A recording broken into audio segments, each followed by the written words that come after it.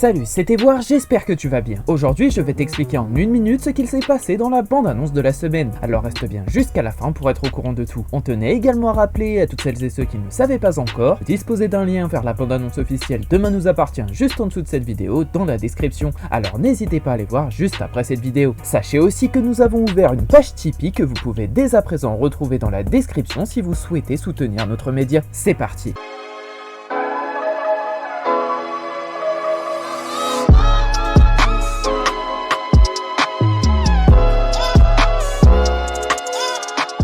La semaine dernière, Erika a vécu un véritable cauchemar lorsque son harceleur Mathieu est passé à l'action en s'en prenant violemment à Bart avant de faire peser une menace sur son fils. En parallèle, Aaron tentait de combler sa solitude par des rencontres hasardeuses, Bastien s'éloignait de Violette au profit d'Esmé et Adam a parlé de bébé à Gloria. Mais le choc de la semaine est survenu lorsque Sarah a été violemment agressée en pleine rue après avoir voulu aider une inconnue. Pour cette semaine dans Demain nous appartient, Vaïna est de plus en plus inquiétante et les policières Sarah et Roxane qui ont accueilli la jeune femme chez elle commencent à se méfier d'elle. En effet, Vaïna est une jeune femme que Sarah a secourue alors qu'elle se faisait agresser dans la rue et accueillie chez elle suite à un problème de transport en commun. Tandis qu'elles apprennent à mieux se connaître, Roxane ne peut s'empêcher d'avoir un pressentiment sur qui elle est vraiment dans la vie. De son côté, Diego est au plus mal car sa copine Maud ne supporte plus du tout les tensions entre sa mère et Chloé et cela se répercute sur son couple. L'embrouille entre Raphaël et Chloé prend des proportions inattendues. Désormais, c'est Diego Lutti qui se dispute à ce sujet avec sa petite amie Maud Meff.